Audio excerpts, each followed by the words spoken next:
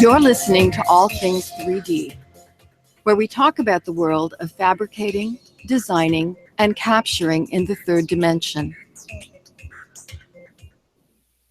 Hey, Mike, what are you doing?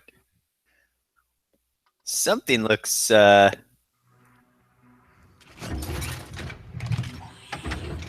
looks intriguing.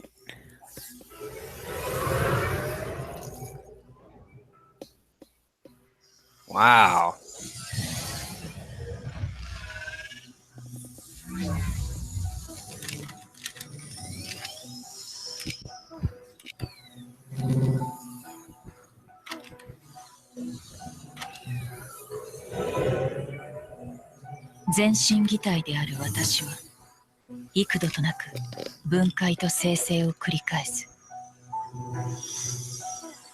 Okay, we're putting someone together, it looks like.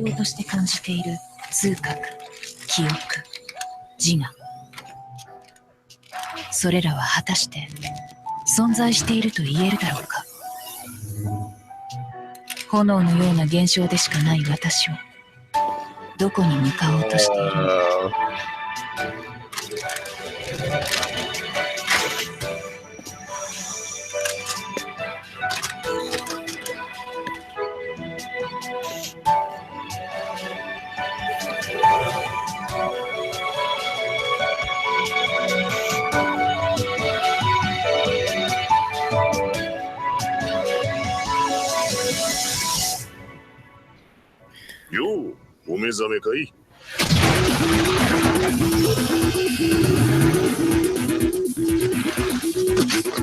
Is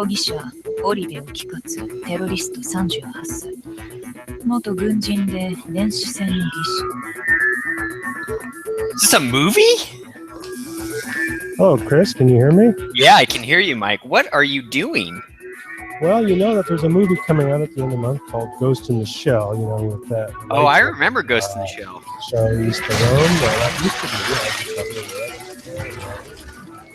so this is a Japanese, obviously, Toya 360 production. This is the trailer we're watching, but this will be a full production that's going to be in 20, 30 cafes and released to supposedly the Sony PlayStation VR.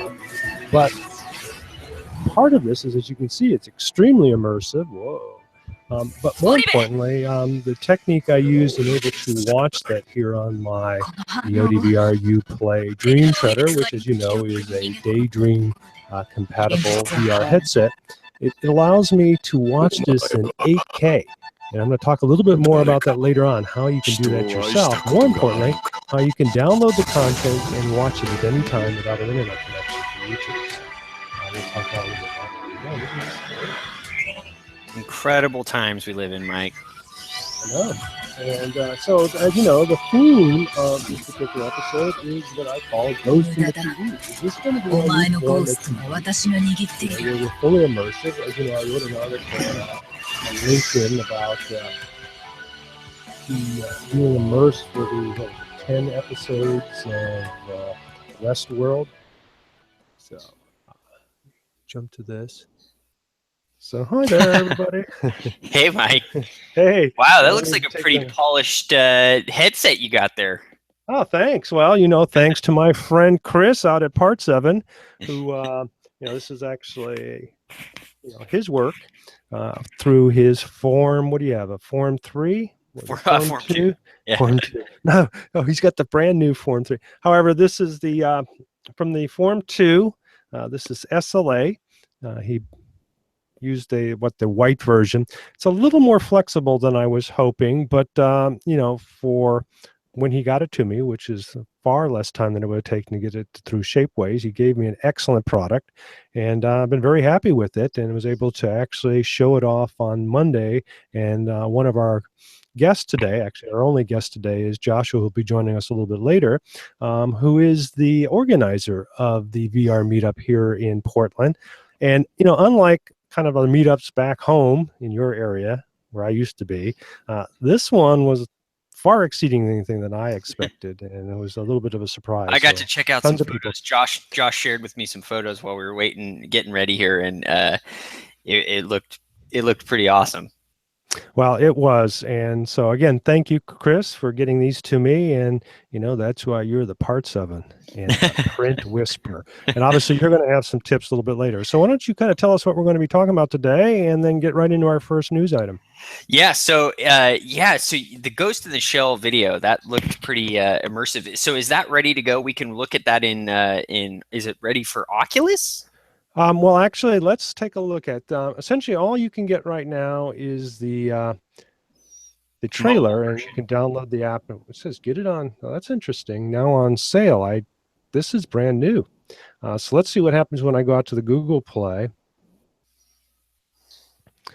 So yes, it appears that you will be able to actually download it when it becomes available right to it. And this is brand new. I did not even see this the other day. So both for your iOS and your Android device, you can download the app that will allow you to view this. And I don't know what the price will be of its content, but that is a brand new news. So just boom, today we're finding this out. So you have actually two options to be able now on sale. But as you saw in the trailer there, this looks like, I'm going to do it. It's pretty cool. Now, hopefully it'll be dubbed into English. I don't know how they'll do titles in 360 stereo VR, but I don't know. So the VR teaser is what we just saw, and it's amazing. As I mentioned, I was able to move up a little bit with my head. It does have a little bit of NSFW. It's just basically nudity, nothing more than that. Which everyone likes nudity. Yeah, okay. But just kind of keep that in mind, and it's very brief of the main character here. Yeah, but, the reason I brought this up is there's going to be some other items we're going to be talking about later in the show about Ghost in the Shell and the amount of 3D fabrication done in order to create some of the effects in that movie. But to see this from a VR perspective, and as you know, Ghost in the Shell, if you've known the story in the past, is about how androids, or in this case, what do they call a combination of human and android? Humanoid. No, there's cyborg. Cyborg. So essentially that's what she is. And then there's obviously this tale, and we're going to find more about that in the Americanized version. But if you want to get the real story, or at we're least all going to be cyborgs. Well, we have to compete with AI. So we're going to have to be cyborgs. Yeah. So some of us are more than others.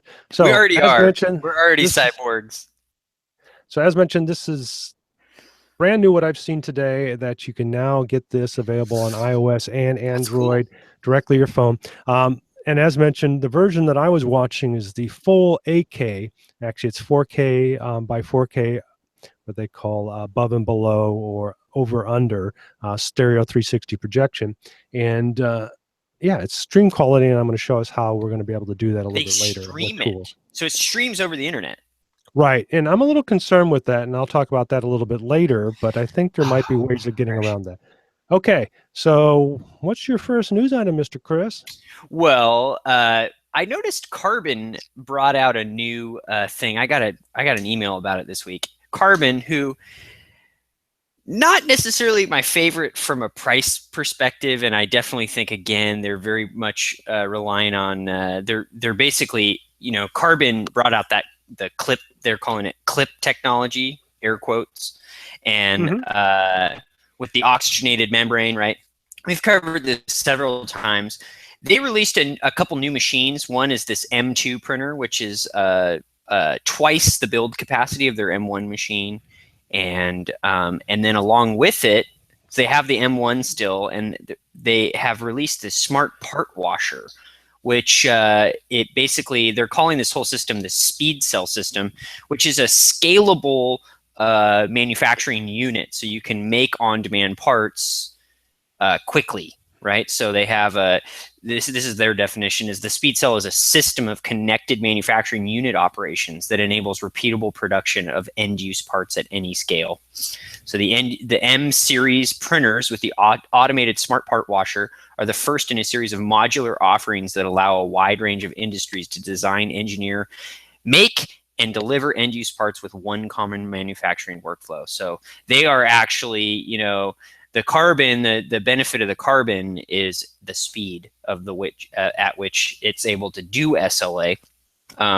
But what I'm not a fan of is their pricing. It's basically a lease. You don't even get to own the machine, and the machines are about $100,000 per year for the lease, and that was just for the M1.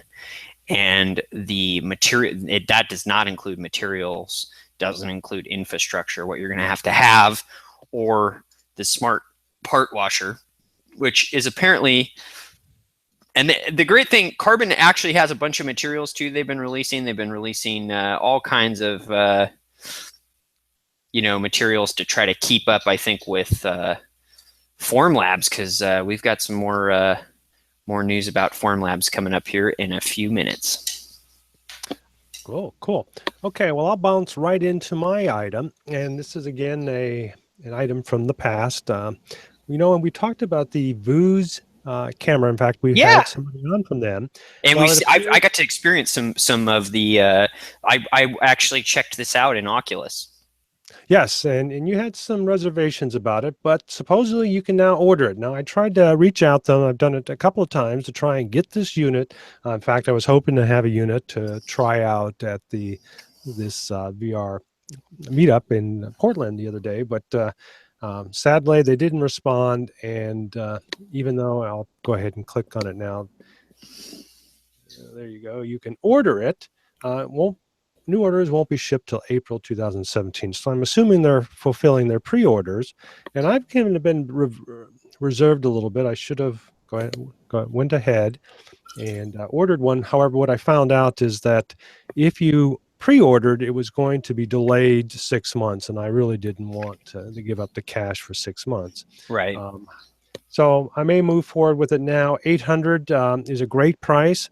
There is a caveat, even though it is a full 360 stereo, and this is 4K, and in my opinion, I think the quality is pretty good. It contains 8 cameras, 2 in stereo pairs, and if you remember, we talked about the IPD, or the distance between the cameras, being about, what do you say, 60? About 60 millimeters, if I remember correctly, maybe a little bit more, less than that, 56 to 60 millimeters between the cameras. But more importantly, this particular unit only stores material directly on the SD card. It doesn't stream it. And something that I've been wanting to do is actually stream. And I do have a little unit, but it's not stereo. So that is something that I would have a problem with, and plus you need their software in order to assemble or stitch the final 360 product together. But it is small, compact, and more importantly, $800 really is not a bad price, considering that you get stereo 360.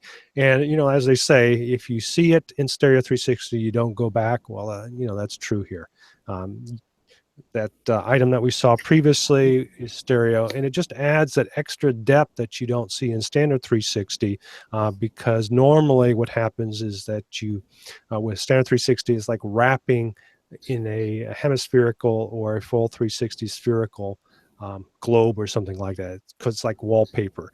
So you don't really get any depth with it. So yes, you can look around and see your content, but you don't really feel like there's a three-dimensional perspective to it. Yeah, my issue with it was at least the videos that I was able to experience through, I can't remember the app that we had to go to check it out in the Oculus, but the quality seemed really close to the DK1 of the Oculus. It wasn't by any means like high definition. The video just didn't seem to it wasn't like some of the content that you can get on the Oculus now. It's not 4K. I don't even know if is it 1080p. No, it's 4K. It's 4K. So I'll have to go back and we'll have to talk about it later. I've looked at some of the content and felt that it was pretty good. Maybe not the 8K. And then we'll talk a little bit what all this means, this 8K, this 4K, the 1080p, and why it's important to have the highest resolution possible when you're doing 360, both as we talked about over and under, and what is over under, what is side by side, what does that all mean? We'll talk about that a little bit later. But, the price point on this is great. You don't have real-time streaming, which I think is going to be very important in the future. But if you want a great little camera at basically $800, remember the original Gear 360 was $350 when it came out, which is just that little ball. And there really isn't any other stereo camera in this price range unless you buy, what's the name of it? The item from Nokia. We talked about it before. I mean, that's a what price? $15,000-$16,000 camera.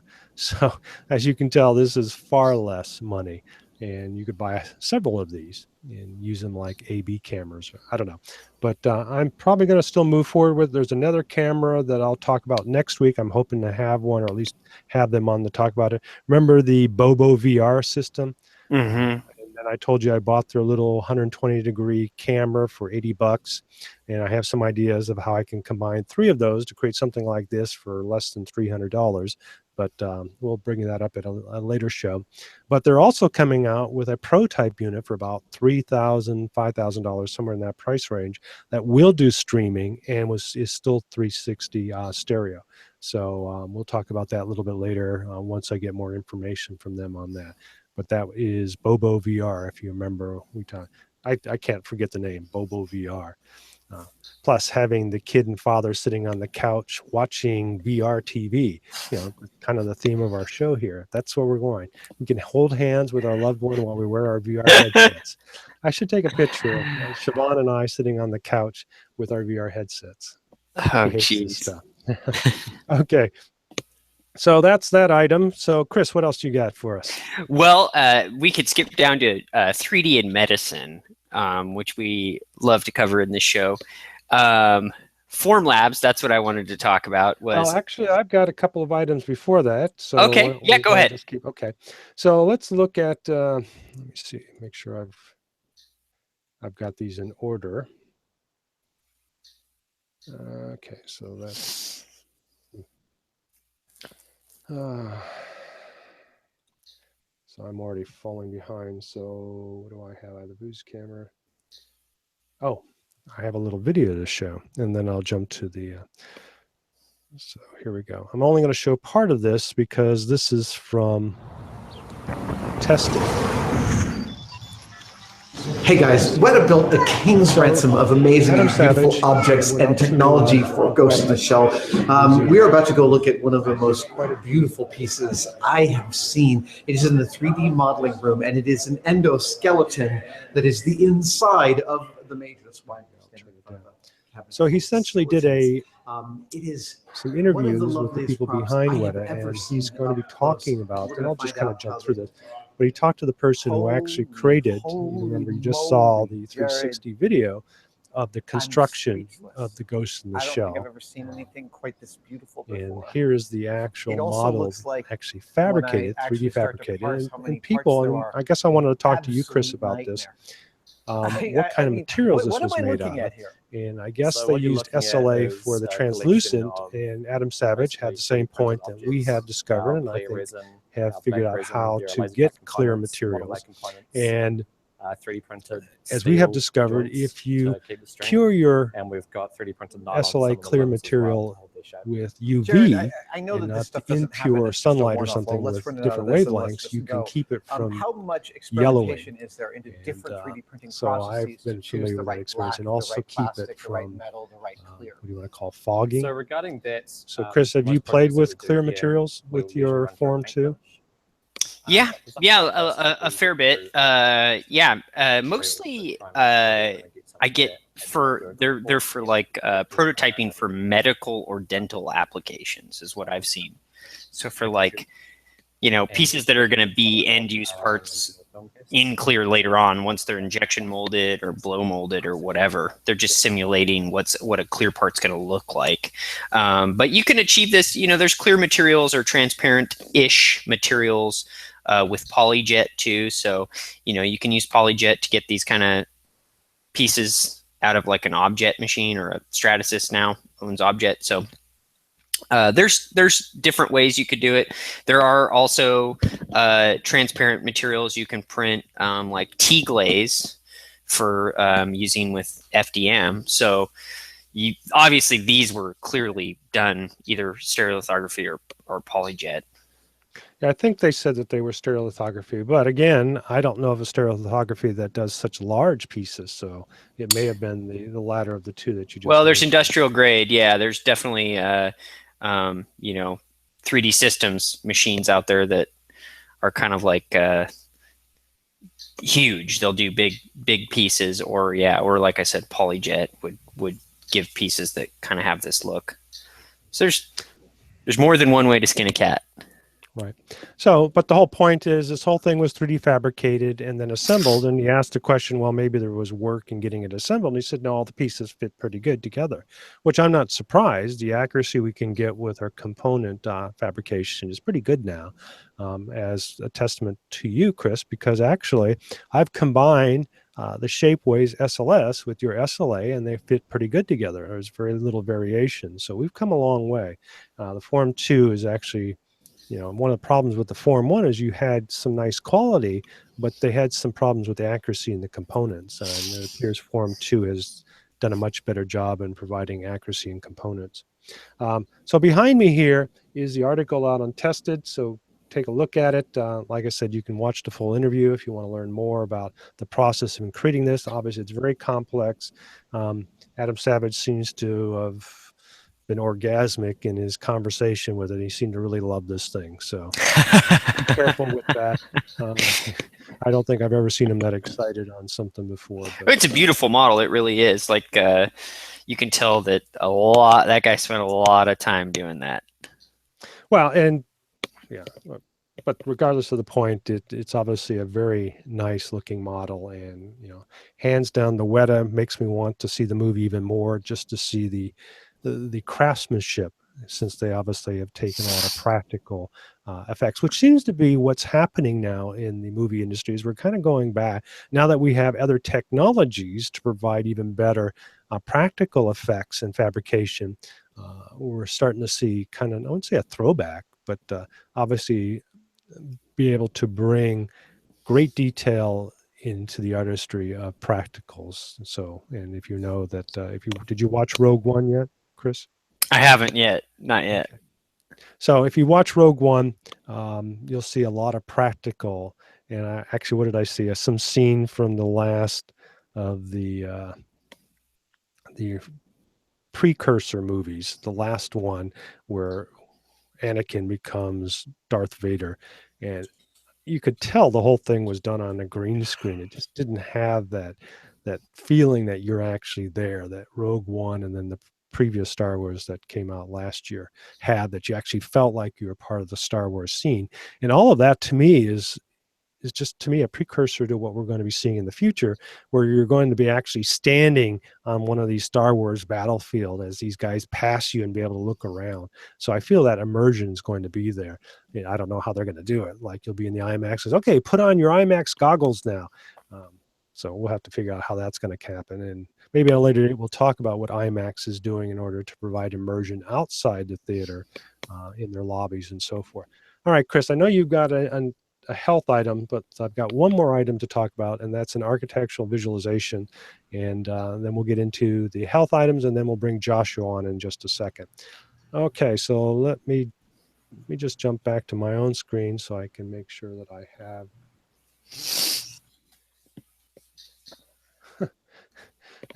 This is just not my day, I guess. Jesus. Okay. So this one's kind of neat. As you know, Chris, I've been thinking about, and actually with my own home, doing some work in using VR and mixed reality for architectural work and redesign, and actually have laid out our new marble as for our countertops in our kitchen, new tiling and so forth. And it actually has been very useful in the color tones. And that you can actually walk around, and the idea is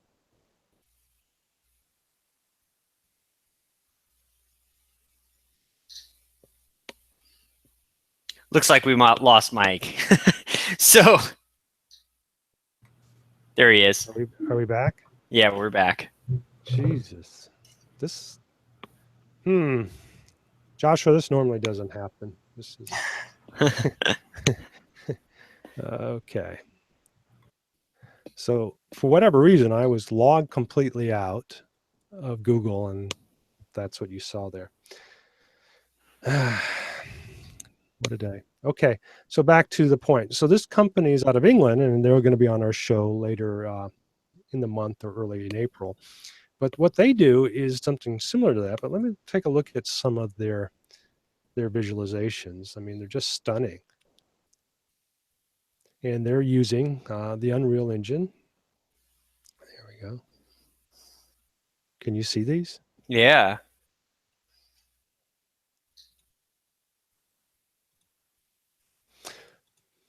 So some of the other features, and as you can see, the original home picture showed them using the actual handsets.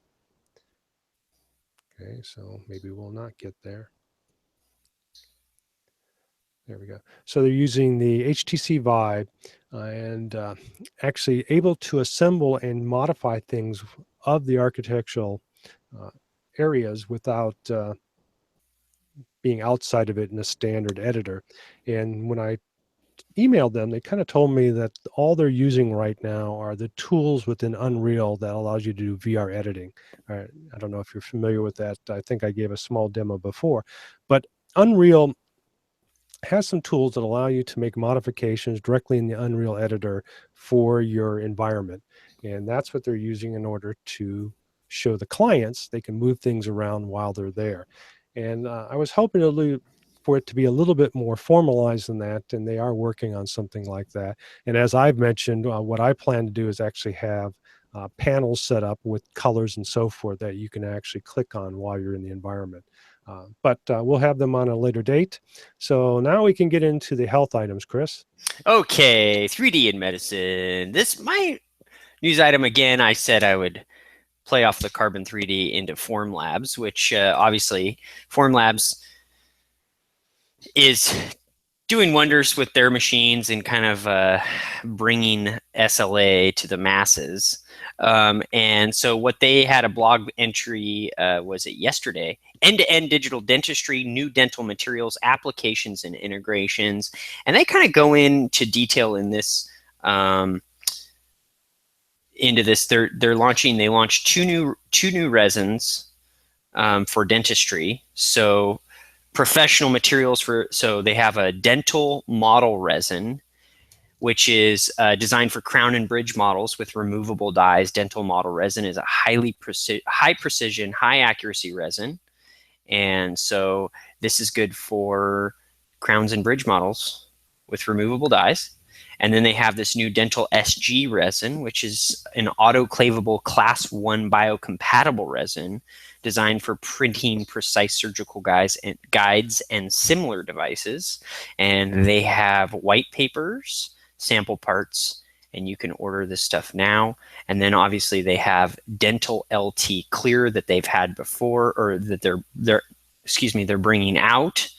And that's a class 2A biocompatible.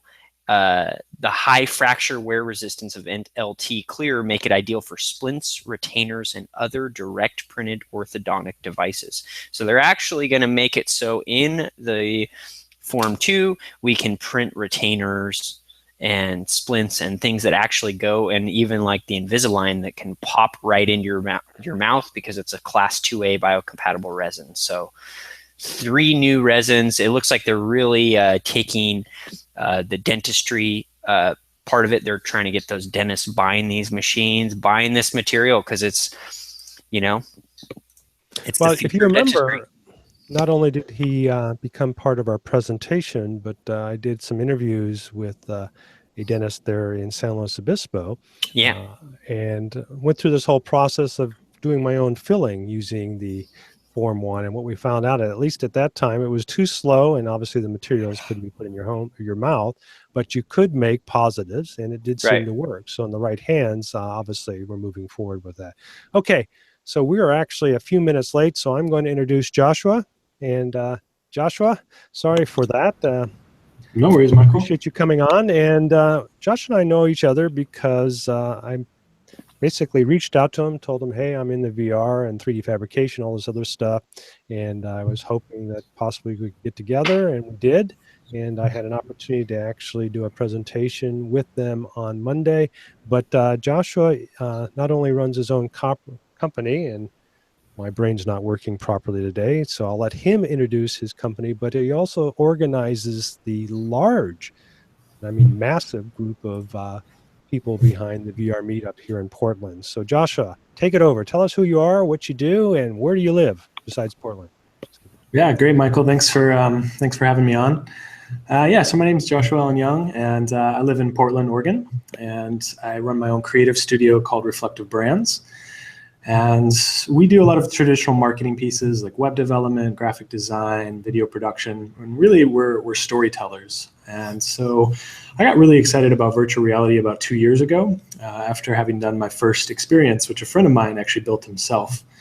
And just kind of instantly fell in love with the medium and the artistic potential and the storytelling potential.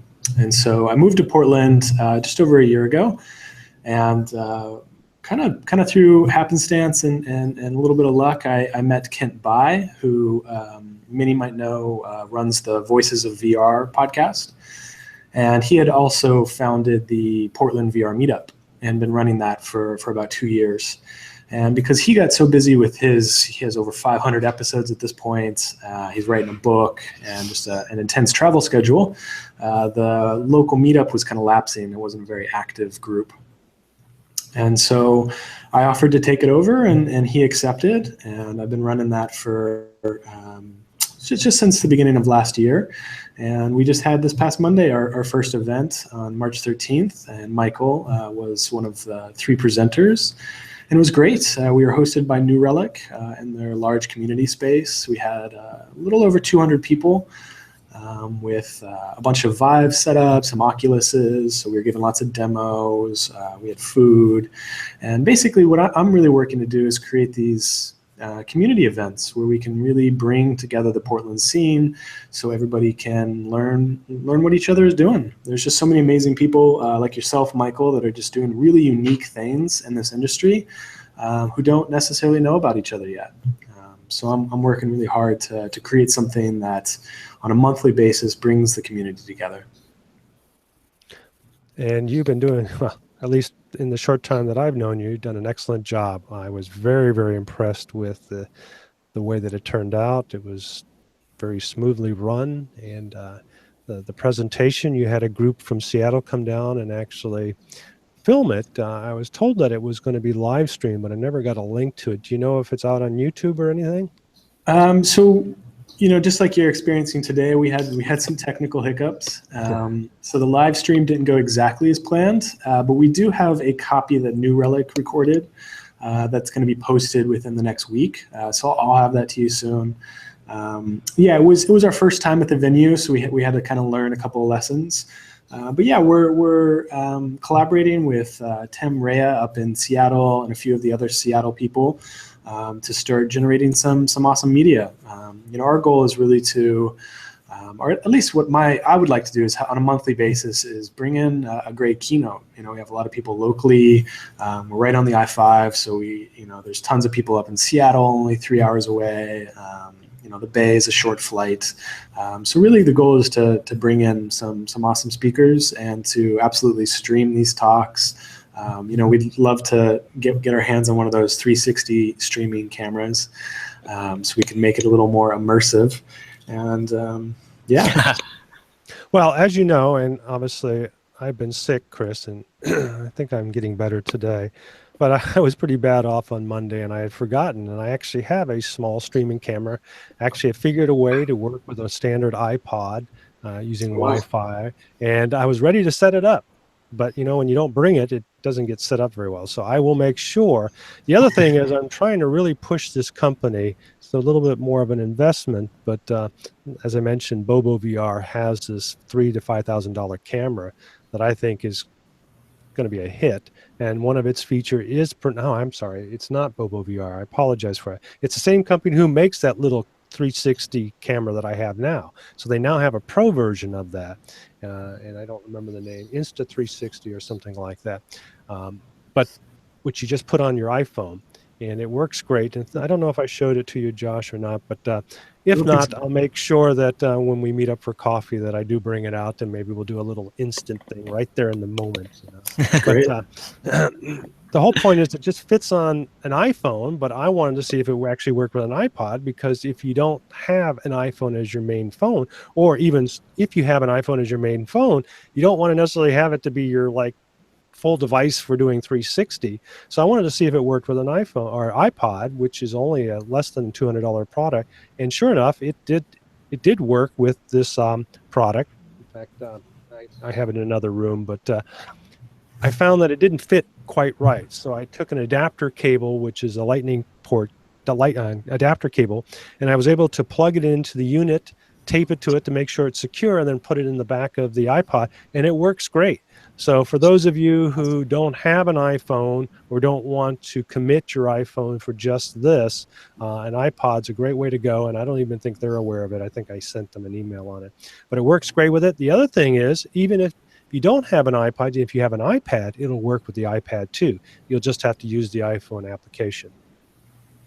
So, yeah, so I will show you that, Josh, and then obviously I'll make sure to bring it next time, and maybe we'll have actually some new toys to work with. So what's the future of the VR in Portland? Like, what's the future of the meetup? What do you see it kind of becoming? Yeah, so I see a few things. Portland is a little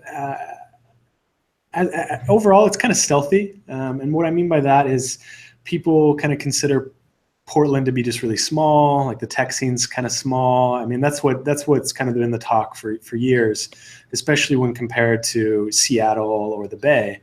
But right now, in my experience, and kind of the talk of the town is how rapidly it's growing. The tech scene is really just starting to boom, and particularly the VR, AR, XR, whatever we're calling it these days, is really growing. There's some amazing startups here. There's just a lot of incredible people in this community working really hard to make stuff. And so where does the Portland VR meetup fit into that? I think right at the center. In some ways, maybe I'm a little lofty, but my goal is really to continue doing these large monthly events where we can feature local startups, we can bring in talent from other areas. And then, one of the long-term plans that we haven't really talked about too publicly yet is actually bringing or building an expo conference here in town. The Pacific Northwest doesn't really yet have a VR, AR focused conference. And I think there's a lot of room for just that. Awesome. Cool. Awesome. So one other thing I wanted to mention before you head off, and again, I apologize for the tardiness on my part, but you have something coming up next month as well, right? Yeah. So we already a date and time for that as well. Yeah. So anybody that's interested can check out meetup.com and look for the Portland Virtual Reality Meetup. We're the one. We have a little over 1,400 members at this point. But next week, we're collaborating with another large local tech meetup called New Tech PDX. And so New Tech has this really unique style where they have five local presenters, each have 5 minutes with 3 minutes question and answer. And so we're bringing together 5 VR-centric or AR-centric, 360 companies to give presentations about what they're working on locally. And that's going to be April 17th, Monday, April 17th. It's the third Monday. And it's going to be hosted in New Relic's beautiful office space, so the same location as our last event. It should be from 5:30 to about 8:30. Great. Yeah. Obviously, I'll be there again. And actually, we'll give more of a demo of my latest unit as well as the bridge, which, because I was sick, I didn't think it would be good to pass around a headset that had all of my... Probably wise. Yeah, probably was not a good thing. Not the best place on Monday, Chris. Okay, so let's kind of move on to a couple of other things. Josh, you got anything else to mention before we move on? Or? Well, just to say, if anyone is interested, anyone here in Portland or anyone outside of Portland, that might be coming to Portland that may have something interesting to present, or maybe is interested in being a sponsor of our regular group, to please just contact me. My email is just joshua@reflectivebrands.com. Reflective Brands, again, is my company. And yeah, I'm really open to talking with anyone. We're going to be doing this, bringing in speakers on a very regular basis. So I'm definitely looking for both local talent and outside talent. Awesome. Well, thank you so much for being on the program and joining us and telling us about what's going on in Portland. Yeah, I hope to get you to come up sometime, Chris, and check out what we're doing. Oh, absolutely. Absolutely. I'll be up there probably sometime in the summer. Fantastic. Awesome. Yeah, he's one of those nature guys. He goes out and runs around naked out in. That's true. We have I think we got some great trails where you could probably run around naked. I have. I've run around some of those trails, not naked, but I want to. Well, Josh, you're welcome to stay on. We're going to be getting into our VR section, so if you wanted to give us your own 2 cents, you're welcome to, but I know that you're a busy guy. I have a little time. I'll hang out for a bit. Okay, sounds good. All right, so I'm going to go into a couple of my tech items that I kind of skipped just so that Josh could get his little comments in before we moved on. And let's see, I don't want to do that one yet. So quickly, $13,000 gets you a LiDAR scanner. That is a steal, right, if you had $13,000. But normally these cameras run anywhere between $50,000 to $100,000.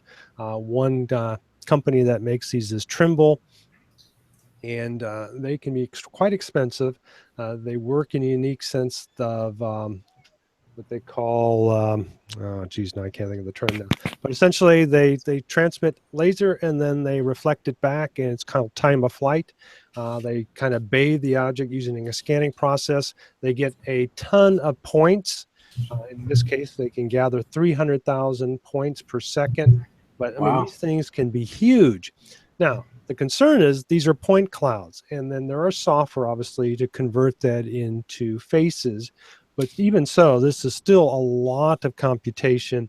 And so this would be the area that I would be concerned with. Who have they partnered with, or do they have software? They indicate they have NC Tech's Color Cloud software, which the company has installed the software for the device itself. This enables the device to automatically register 3D scans and map them to HDR imagery by the camera and deliver a colorized point cloud. Now, again, this is a point cloud. This is not something that you can dump directly into a gaming engine, because normally you want to decimate it and create a smaller, more compact image. So I don't know how quickly you can move into that, but there is software out there to do that. And however, the price of $13,000, that is a significant, I wouldn't say discount, I don't want, but change in this particular market. And the positives, or the important thing behind LiDAR type scanning, is that it's great for doing external buildings, environments, not just internal.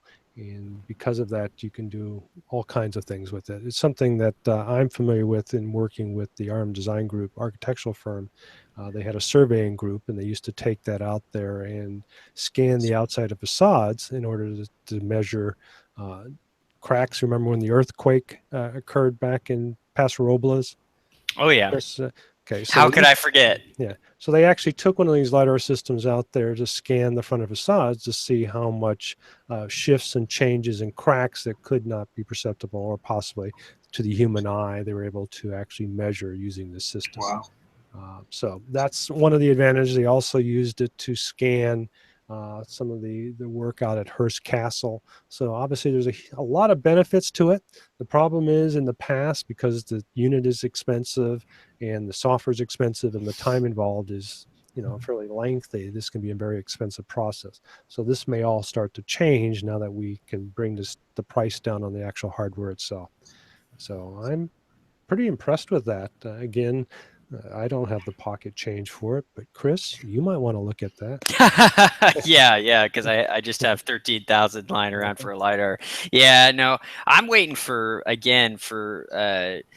like what we covered last week on the cast was I want something similar to what the EinScan something handheld for small objects. Because mostly what I'm trying to do is I have people bring me like pieces to model, right? And so, and a lot of it is like fairly organic geometry mixed with mechanical. So the organic part of things, to have a reliable scanner, I've got, like I've showed you this thing before, is I've got handhelds, I've got lasers, I've got, scanners that they help me to a degree, but they're just not super high quality scans. And I mean, it would be silly to go for me to spend 40 grand on a scanner that's really not going to monetize itself very well. And when I know that the $2,000 version is right around the corner, because I think this one was like $200 or $300, and it works pretty dang good actually. Now the software's gotten a lot better.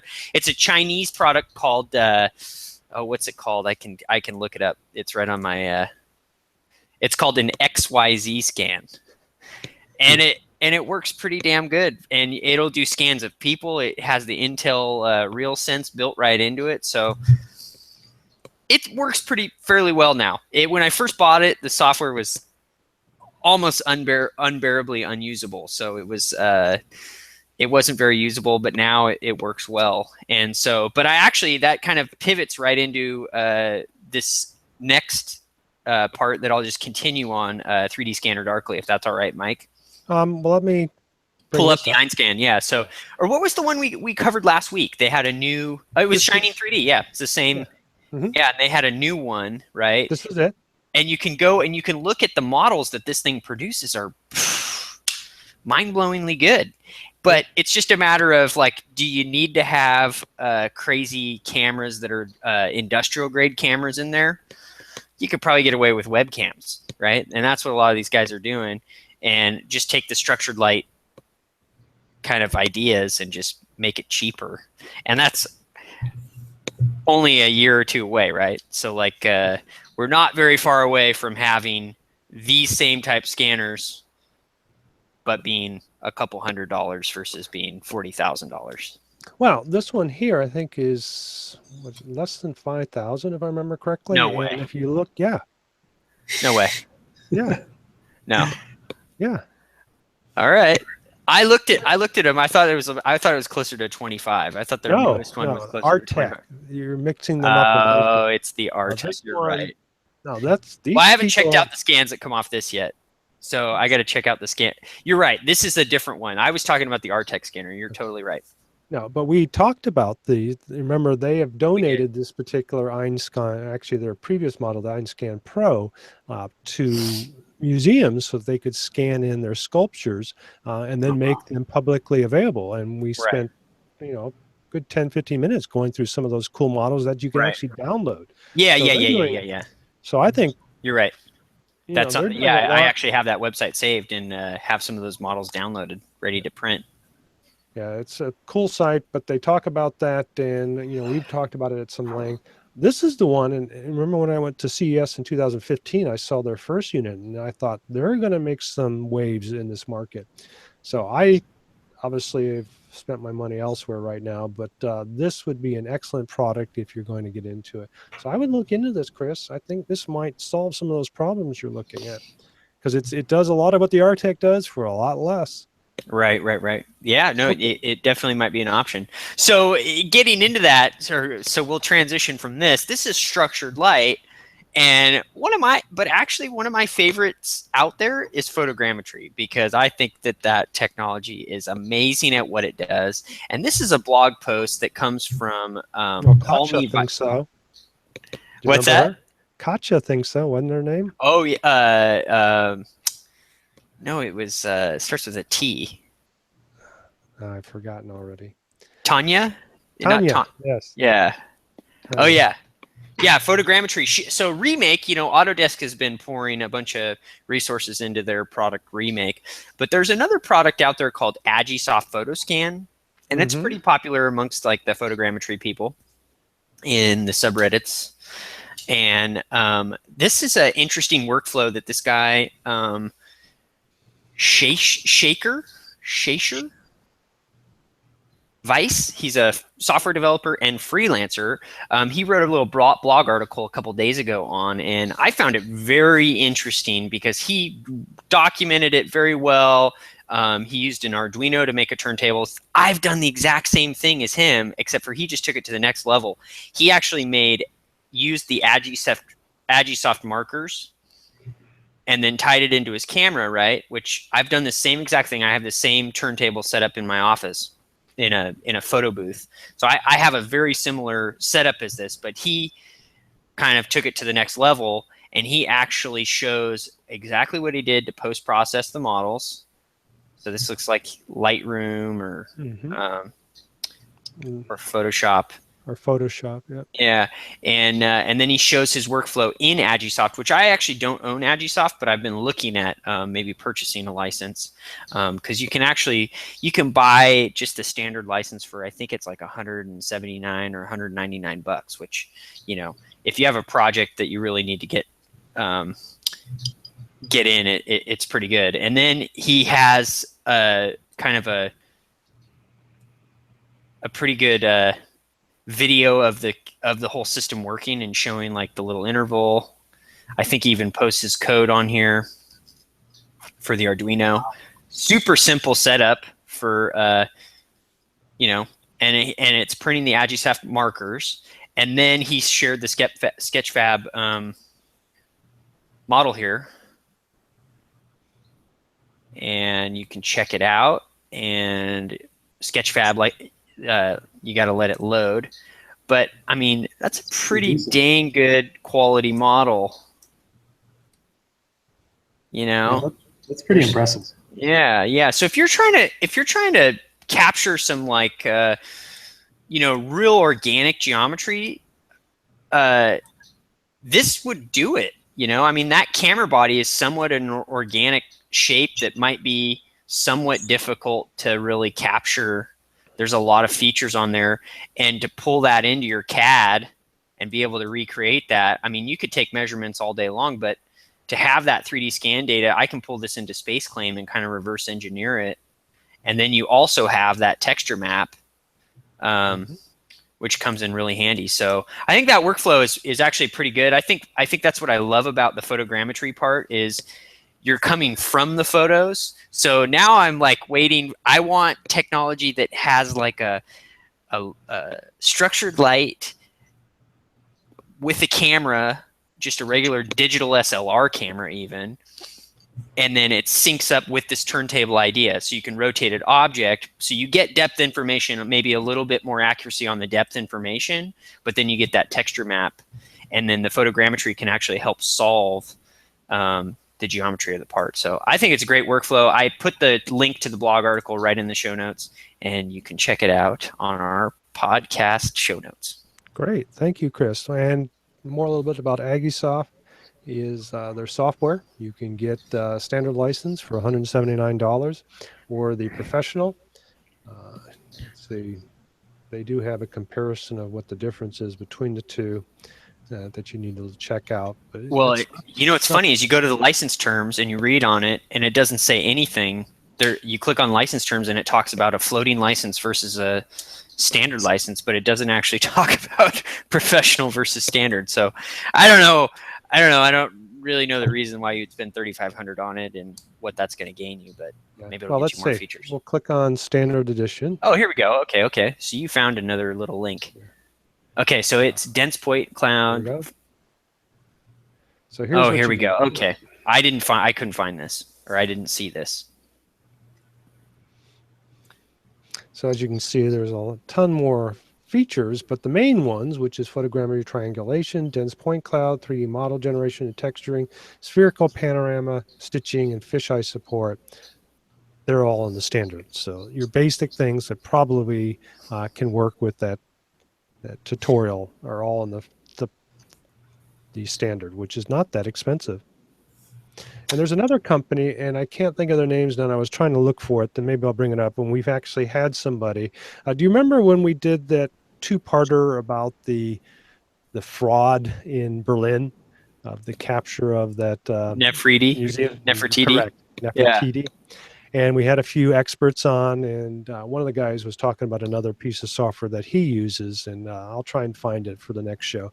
That is probably one of the reasons why you're seeing this software, I think, come down in price, because this other one provides faster performance at about the same price, about $149 to $300. And again, I don't remember what it is right now, but we'll talk about it later. But yeah, photogrammetry is really nice, but the important thing in using photogrammetry, like a lot of 3D scanners, is shiny surfaces as well as reflective surfaces, metals, all present a problem because they reflect light back into the camera or back into the receiving end of these structured light systems like the Kinect and the structure sensor that Joshua gave away on Monday.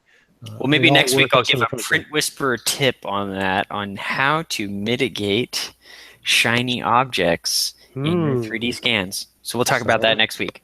Okay, sounds good. Okay, so let's see. I think that's it. Actually, I have one medical item, which I thought was pretty good. So let me jump into that. So as you know, a long time ago, I was involved in 3D medicine, 3D fabricating my wife's skull. This still plays a huge part in what's going on. And here they're 3D fabricating an infant, both the organs as well as the skeletal structure, so they can create something that can be used by physicians. The article here describes how they used it to perform CPR. They put sensors inside the skeletal structure so that, you know, from an infant perspective, obviously you can't perform CPR on an infant like you can an adult. So with those sensors, they can determine how much force is being placed on the infant for practice, because obviously you're not going to be using an infant to do so. So I thought that was kind of cool. And this was done by a grad student, actually a PhD. Can't remember. You can read the article, but thought it's pretty cool on how they're able to take this information, fabricate it in different materials in order to create something realistic enough to provide for practicing. And CPR is obviously a very important thing. And many people, I remember when I took CPR, they talked about doing it on infants and what needs to be done, but obviously we didn't have a little tiny baby that we did it on. And obviously now we can actually show what could happen in using it. So, yeah, it's like, oh, here's my child, please do CPR on it. So I think that's obviously an important thing. Life Science did this article. There's a few others out there. It was one of the running items in the 3D fabrication world right now. Okay, Chris, I'm going to get into my items in the tech closet. You know, I used to have a tech cave. Now I can't say I've downgraded. Josh, you sell my tech closet, so it's a pretty fun tech closet. Okay, so let's see. What were the couple of things that I wanted to talk? Oh, well, obviously the main items, and let's see if I can bring them up, was how do you obtain those great looking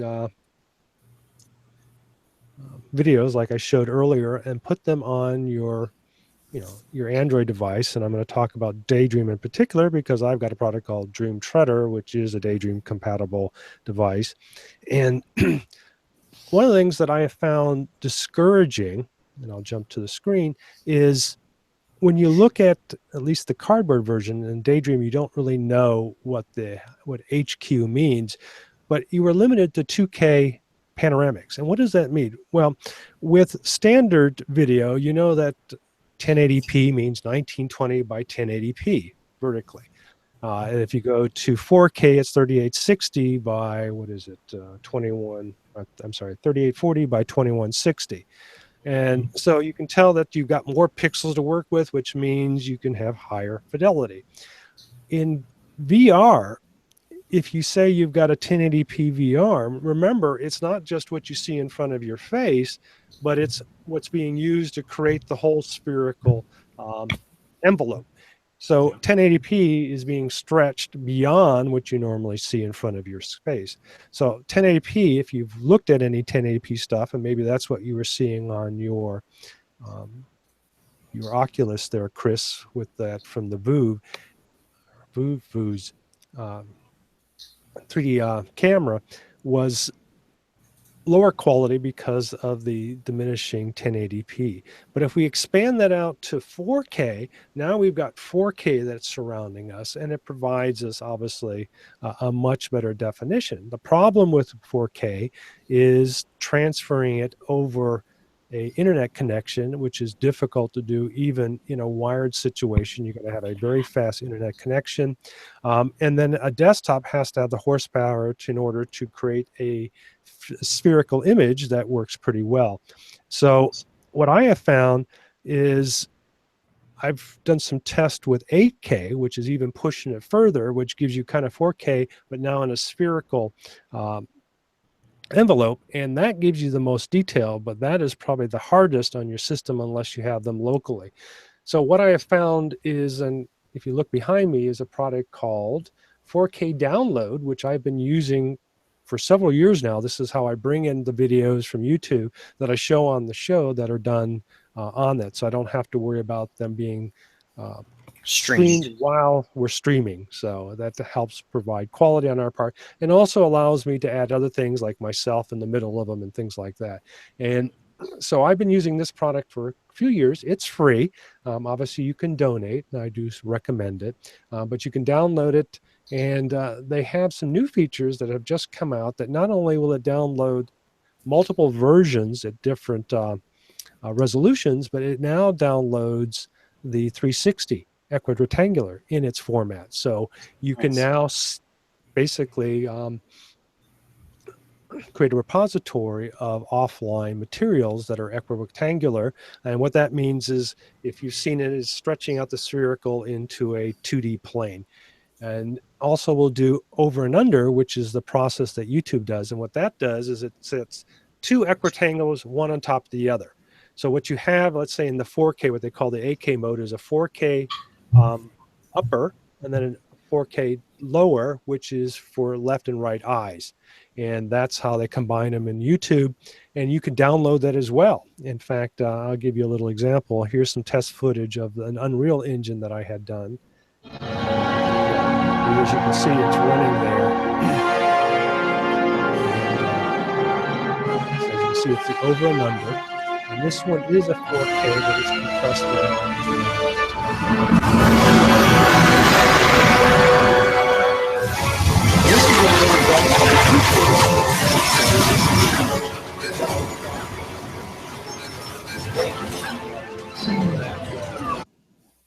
There we go. Properly, and you can pan around in it. I'm sorry, did you lose me there for a moment? Yeah, I can't. When you play the videos, they're too loud. I can't hear you. Couldn't hear you at all. Okay. So to repeat myself, essentially, if you were watching that, that was some 4K material that I created from an Unreal capture of the Infiltrator demo that they have. And it's a very long process, but I sent that up to YouTube, and so that you could look at it properly in your Google Cardboard or Daydream, or you can browse around it in your standard Chrome browser. And Chrome browser and YouTube allows you to look at it in stereo, but only as an anaglyph, which means your red cyan separation screens. You know, we got our fancy glasses, right, Chris, to watch that. So here's a good way to download content. Behind me is 4K download. But then once you have your 4K download, what do you do with it then? And there's a couple of tools to work with. For instance, let's see, I want to make sure I put these in order.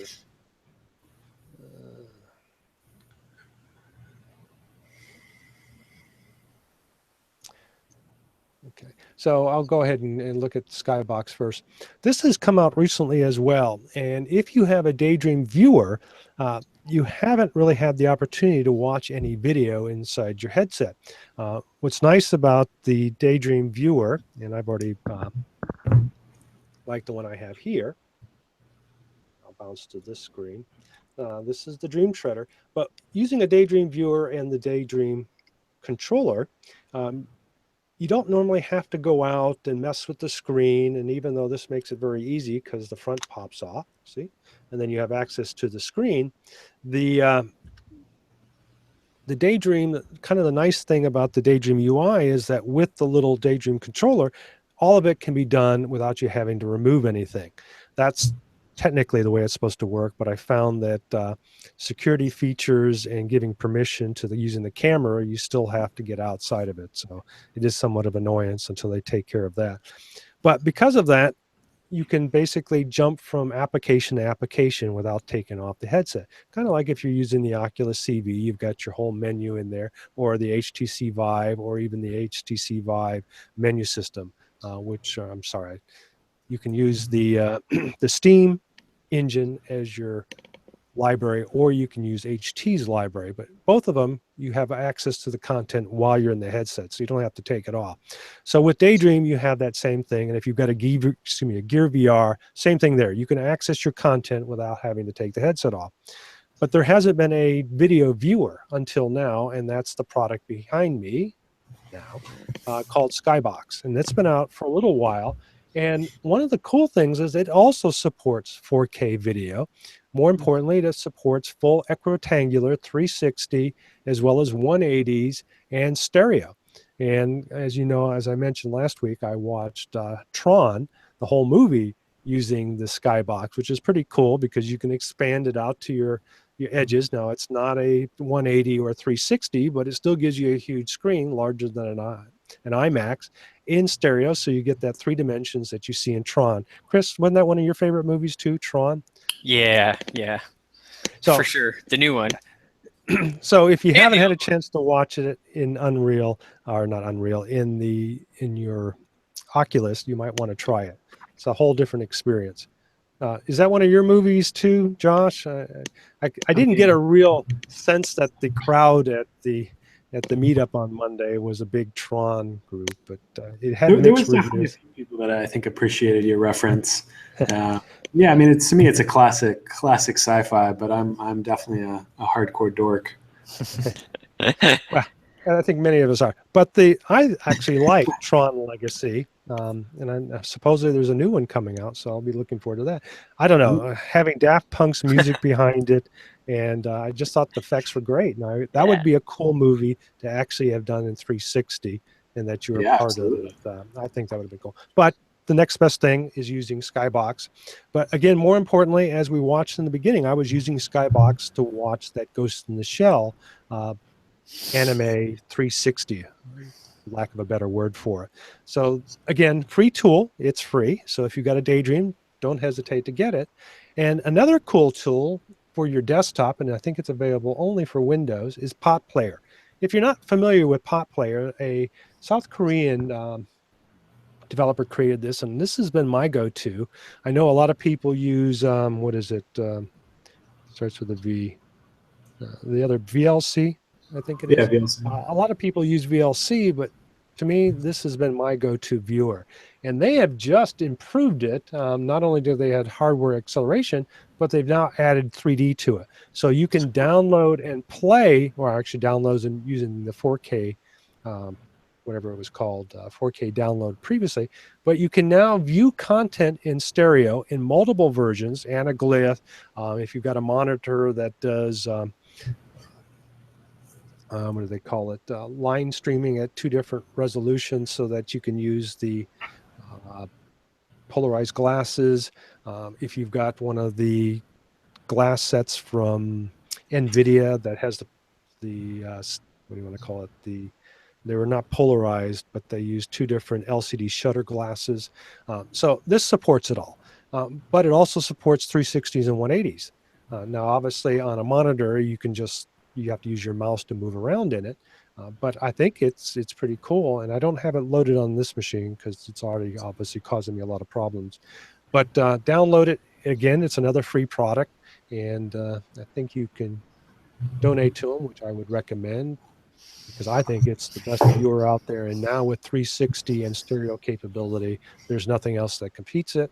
It doesn't have an export feature to the Oculus, but I do believe the Oculus as well as the HTC Vive, there are theater viewers inside both of those that you can look up, and they're less than $10. Most of them, the good ones are. So lots of ways to watch video content. As you also know, YouTube has their little browser as well. We talked about it before. HBO Now has a video browser.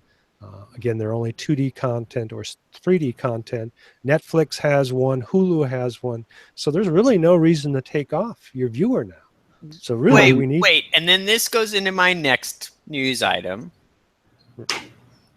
What next news item? You don't have any more. It's my Yes, turn. I do. No. It goes I just wanted to say too that Vimeo also recently announced, there it is, 360. that came out, right? And then Yeah. what's amazing is actually what I wanted to talk about too was Vimeo actually has on their website, you can scroll down Upload in 8K. and you can actually watch example footage, but then they also have a blog post or a blog section called The Fundamentals of 360 that I put in the show notes. And this actually shows you how to create content. They're actually breaking down tips for nailing 360 video shots, breaking down the 360 video editing process, the key things to consider when shooting 360 video. So they have a whole bunch of videos that they're posting in their Fundamentals of 360 part of their blog. And I put a link to that in the show notes. So this just plays off of what Mike's saying. Oh, great find there, Chris. Yeah. I missed that haven't one. actually tried it yet, but I'm excited to see how the streaming quality is, because their streaming just for normal videos is always much nicer than YouTube. And depending on the the content creator, they can make them downloadable right there on the site. You don't have. In fact, I found that you can't use this 4K downloader with Vimeo. It's only good for YouTube stuff, but most of the people do allow their content to be downloaded. So if people do that, it's kind of nice too, because it can, with Vimeo Pro, or I forget which version of their accounts, you can actually charge for your stuff. So if a content creator needs a way to distribute maybe a 360 mini series, they could throw up episodes for $1 each or $1.99. And I think, especially early on, there's going to be a big marketplace for that. Right. Yep. I completely agree. And then now that they have like these videos where you can kind of watch and see what the workflow is, kind of see what the pioneers are doing with their workflows. I think that you could be an early adopter and really easily seize a huge percentage of people and be a new Casey Neistat of Vimeo, or VR, so because we're just going to see more and more of it. So the early adopters are going to win out in this, as they always do.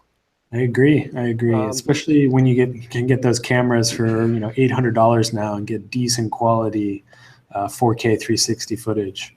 Yeah, I think the people that are willing to kind of take a risk and experiment and play with the technology are going to have some cool things happen. Yeah, and I'll have to take a look at it. As you know, Chris, I've done a ton of 360 stuff for YouTube, and they've had some tools to allow you to create the proper meta tags so that it's recognized. So I'll have to see how difficult it is for Vimeo. I do know that Facebook also has tools for 360. We didn't talk about that, that you can export to it as well. And they do support, I think, stereoscopic, or maybe not. I don't know yet.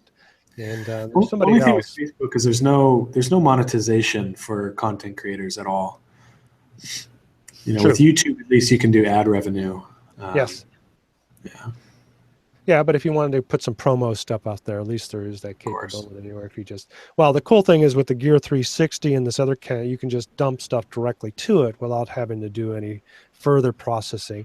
So that's kind of fun, and I was able to do that very quickly when I went to the Women's March with the Gear 360 and had some content. So I was able to throw that up really quick, and then obviously I had to wait a little bit later. Actually, no, I was able to do YouTube right in the camera or on the phone. So that was kind of cool. So getting stuff out there with most devices now is almost instantaneously. And then, like I said, with that other camera, I can actually stream now. Again, it's only monographics 360, not the stereographic 360. But yeah, I'm looking at the Vimeo 360 behind me. So thank you, Chris. Man, great find on your part. Yeah, glad it could help. I hope it helps. I'm going to watch these videos when I get a chance, hopefully early next week, and get be able to tackle some of the. I want to make some 3D content. I think, or some 360 content. It sounds really fun. To kind of try it out. It's a whole new medium. It's going to be such a fun storytelling medium. Yeah, It will. yeah, Yeah, and I have to agree, and I wanted to make that point is that I think this is going to be the new TV. People say, well, it's going to be difficult to control what your viewer watches, and I don't think that's the case. When we have shows that we put on now, people know where the sound is coming from. They know where the stage is. I mean, we live in a 360 world, so Yeah, all it does is make I it don't. more immersive. It doesn't. You still are going to have the focal point where the focal point's going to be drawn. So, like, just like if you're in a theater, you can choose to look at the screen or not, but Yeah. you're going to look at the screen because that's where the action's going on. Well, that's with VR content. Just because there's things going on or there's a castle behind you, you're still going to be drawn into where the focal point of the action is, where the dragon is fighting the knight or whatever. So it's just more immersive. That's the idea. It's not that you're taking away and that you're trying to distract with somebody. You're not going to have two scenes going on necessarily. You might have, and people are going to be able to explore with this new medium. That's the other thing is it's who's to say that doesn't work. We don't know. Well, I'm going to give a shout out to Ken Bai real quick, and he has actually done a lot of interviews with people who have created content. So if you haven't had a chance to listen to Voices of VR, please do so because he's got a lot of great content. I've been an avid listener, and actually, what does he use? What's that support process to give him money? Can't think of it now. Patreon? Patreon. So yeah. Support him. Listen to his podcast. You get a lot of you get some good information. So sorry about that. Go ahead, Joshua. What were you going to say? Oh, we were just talking about 360 filming and the different, ways of keeping your users' attention. And I think instead of considering like the castle in the background a distraction, you actually use it as a part of the storytelling. So you actually give them a moment to really appreciate the scenery. And then there's these little techniques that you can do to draw them back into the action and then kind of loosen back up so they can enjoy the environment. And you can kind of go in and out of the storytelling. That's and I think awesome. that will absolutely make a more immersive adventure where people have time to appreciate the world that you've created and then enjoy the story. Right. Well, think about video gaming right now. Isn't that kind of like this? I mean, you essentially have to draw the people back into what they could look around, but obviously if they don't want to die, they got to take care of the guy in front of him, that kind of thing. So, I mean, it's the same type of thing, and we're seeing it. Pearl was a good example. If you have not seen that, please do. This was the Academy nominated Google 360. I mean, fully immersive, and you basically wanted to see what was going on, and a lot of it was done through sound. Audio is a way that we cue ourselves, and I think people are starting to learn that, and we've got some new technology helping in that area as well.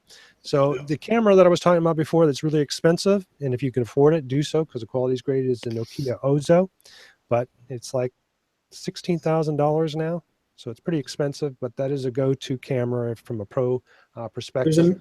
There's another company called 360 Designs, I believe, and they have some pretty interesting camera setups using between 4 and 9 reds, which a red is a professional yes, film camera. I know the red camera. I haven't heard of this other one that you're. And they're a little pricey. They range from 10 to I think the more expensive one is 36, but they're impressive.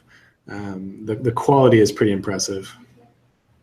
And they're 360 or no? Yeah, absolutely. Oh wow. Yeah, I think it's So called here it 360 is. Designs. Here was the camera that I was talking about. I'll bring it up on the screen. This is Insta360 Pro VR. It is actually, block the notification. It's going to be available in May 2017. Again, it's a stereo camera, but it looks like a globe. Here's some images of it. Oh, that has 3D audio too. That's nice. Yep. And that's really cool. And it also does streaming. So this is the one that I'm going to be buying. I'll have to figure out how, but that's what I'm going to get. But essentially, this will have everything. As you can see, it has a LAN port, everything that you need in order not only to stream, but I think it's an 8K camera. And man, I'm looking forward to this one. It's obviously a little pricey, but not as pricey as the Ozo or some of these other cameras. And the quality of their little tiny one that we talked about, the Insta 360, which is not on this page. Let me jump back to the search, but here's the little camera, this one right here. So $199, this is what hooks up to your iPhone, but again, with a little cable here, you can run it off your iPad and get streaming 360 for a very reasonable price, and it's pretty good. I mean, it's not quite 4K, but it's decent quality, about as good as the Gear 360, maybe a little less. I'm pretty happy with it. If you go out to my YouTube, I did one evening, I did a little demo stream of it. You can see the quality of it. Myself, I'm pretty stupid in it, but the tech closet looks pretty good. So I think this is going to be an up-and-coming company, especially with that other unit that I just showed. I'm kind of really excited about this baby. Excuse me. This Insta 360 Pro VR. Okay, so I think that's about it, right? Oh, I've got one more item to show, and then I guess we can tune it off. I didn't talk about Nvidia Ansel. If you're not familiar with this and you're a developer in Unity and Unreal, it's a plugin that you can add and give your users the ability to create 360 panoramics plus high resolution content.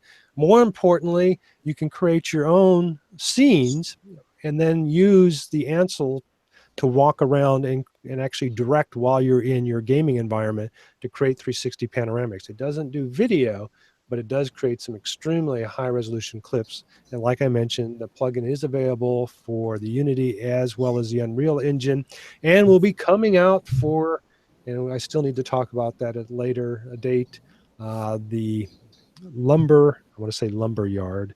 Yeah, I think it's Lumberyard from Amazon, which, if you remember, uses the Crytek engine. And then one more item. Make sure I got the right thing. I don't want to just jump through these. Chris just departed on us, so yeah, he had to go. Yeah. So let me find the one last item and then call it a day. Oh, this is from Tom's Hardware, and this is an excellent article. There you go.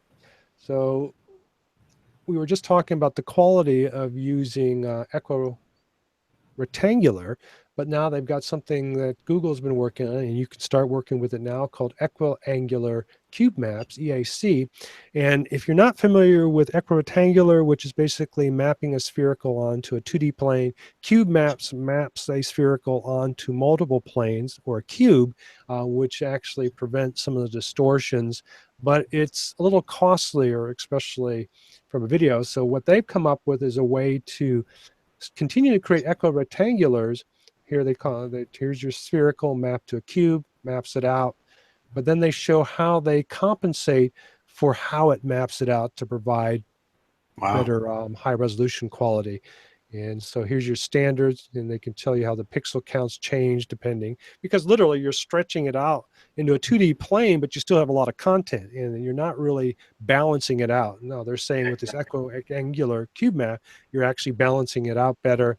And here are some examples down here of the resolution of these scenes. Here's the equirectangular, and then here is the equirectangular EAC. And as you can see there, you can make it out much better in the EAC. And you can start doing this now. If you go out to, you can go out to GitHub, you can actually download the applications itself and all the information, including a Python script in order to format it so that you can send it up to YouTube. So maybe a little bit I'll play with it, but obviously there are a lot of things that are coming out. Actually, this is their spatial media. Let's go into here. Yeah, I mean, it's pretty impressive watching the technology get better and cheaper at the same time. I mean, just over the past couple of years, the camera prices have been coming down. We've had more and more consumer products, and the quality just keeps getting better. Yes. Yeah, and I think, as I said, this is going to be the ghost in the TV. I think we're going to start seeing more and more content. Obviously, it makes it more isolating, but you can still hold hands with your loved one while you both have your headsets on. I don't know. I'll have to Try put to a little sync video the video together. playing at the same time. Exactly. Yeah, or have it synchronized. Yeah. So who knows? There's So interesting challenges to overcome. or not. Nobody expected us to be gathering around the radio instead of going out and watching people, but we still go out and see people in person. We still have concerts. We're still, well, I don't know if we call concerts where you're like a mile back concerts anymore and you're actually watching them on a big video screen, but I guess we have that as well. But obviously there's lots of stuff out there, and I think it's changing the way that we're going to be absorbing it. A lot of people think it's just going to be the standard 3D of movies, but I don't think so. I think we've got something new here. I don't think it's going to replace movies or TV, but it's going to add a new way of looking at things. And who knows, once we embed it in our eyes, we won't have to worry about it. So Joshua, I appreciate you coming on, and thanks for having me, Mike. For some of the technical difficulties. Normally, I've had, I guess, the move has created some issues, but the problem I had earlier is I use a product called Vmix, which is out of Australia. So if you're wanting to do this yourself, I can't say enough about Vmix. It's a low-cost product. You can buy a 2-input version for like $100. The version I have allows multiple inputs, like 4096. I've got a 1080p 4 input card that I use in my computer, and so I can have 4 inputs, plus I can have external. They've got a little device you can plug on other machines, so it brings that content in virtually. But they only have 1 year of support, and I've been using it for about 3 years. So I've been stuck on version 16. Then I decided to download 18 and had them both on my machine at the same time, which even though I had them in different directories, they shared certain things, and that was causing part of my problem. And then I deleted one version, but then it deleted my links to the other version, so I had to just start all over, and that was part of my delay. So that happens. And then I had this stuff going on with Microsoft and them constantly trying to remind me about what is it, their Google Drive equivalent. I can't think of it right now. And as we talked about earlier in the show, we've had, at least I've been getting lots of advertising from Microsoft for their products, which people have been talking about in the news. I don't think that's the direction Microsoft should go, especially when it disrupts people using their stuff for real work. I mean, yeah, it's getting a little out of hand. Oh, well, you've got to get going. I've got other things to do. Again, I appreciate it. And Chris had to jump and bail, but he normally ends the show, so I guess I will. Again, thank you, Josh, for coming on. And thank all of our material that we've gotten from multiple sources. And they will all be identified in our credits at the end of the show. Normally, Chris goes through that, so I don't have them today. But I'll have them in the show notes. Joshua, if you have anything that you want to add, like the name of your company, a link to your website, please send it to me, and I'll make sure it's in the show notes. Great. And yeah, I look forward to next month's VR Meetup. Yeah, and I'll get that much better shape. I'll get that video of this month's meetup to you soon, so you can share it with your. I will promote it. Great. All right. All right. Thank Well, you, Joshua. Okay. Take bye. care. Bye-bye.